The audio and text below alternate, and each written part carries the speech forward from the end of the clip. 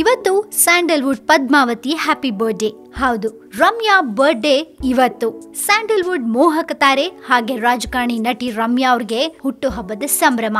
ಈ ಹುಟ್ಟುಹಬ್ಬವನ್ನ ಆಚರಿಸಿಕೊಳ್ಳೋಕೆ ರಮ್ಯಾ ಬೆಂಗಳೂರಿನಲ್ಲಿ ಇಲ್ವಾದ್ರೂ ಅವರ ಅಭಿಮಾನಿಗಳು, ಸ್ನೇಹಿತರು ಟ್ವಿಟರ್ ಹಾಗೆ ಫೇಸ್ಬುಕ್ ನಲ್ಲಿ ಶುಭ ಕೋರಿದ್ದಾರೆ. ಇದೀಗ ರಮ್ಯಾ ಬರ್ಡೇಗೆ ರಾಗಿಣಿ ದ್ವಿವೇದಿ ಕೂಡ ವಿಶ್ ಮಾಡಿದ್ದು ಒಂದು ಬೇಡಿಕೆಯನ್ನ ಕೂಡ ಇಟ್ಟಿದ್ದಾರೆ. ಆದ್ರೆ ಈ ಬೇಡಿಕೆಗೆ ಪದ್ಮಾವತಿ ಟ್ವಿಟರ್ ನಲ್ಲಿ ಇನ್ನೂ ಪ್ರತಿಕ್ರಿಯೆ ಕೊಟ್ಟಿಲ್ಲ.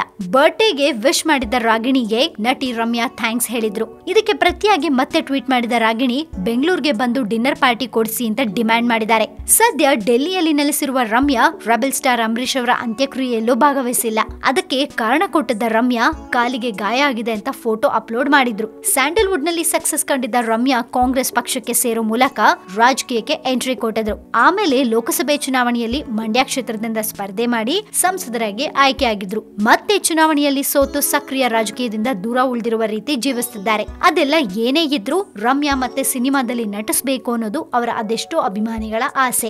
ಈ ಆಸೆ ಅಭಿಮಾನಿಗಳಿಗೆ ಇದೆಯೋ ಇಲ್ವೋ, ರಮ್ಯಾಗಂತೂ ಇಲ್ಲ. ಜೊತೆಗೆ ಈಗ ಅಷ್ಟಾಗಿ ರಾಜಕೀಯದಲ್ಲೂ ತೊಡಕೊಳ್ತಿಲ್ಲ. ಎಲ್ಲರಿಂದ ದೂರವಾಗ್ಬಿಟ್ಟಿದ್ದಾರೆ ರಮ್ಯಾ. ಆದ್ರೂ ಕೂಡ ರಮ್ಯಾ ಅವರು ಇವತ್ತು ತಮ್ಮ ಹುಟ್ಟುಹಬ್ಬವನ್ನ ಆಚರಿಸ್ಕೊತಿದ್ದಾರೆ. ಸೊ ನಮ್ ಕಡೆಯಿಂದಾನು ರಮ್ಯಾ ಅವ್ರಿಗೆ ಹ್ಯಾಪಿ ಬರ್ಡೇ ಹೇಳೋಣ.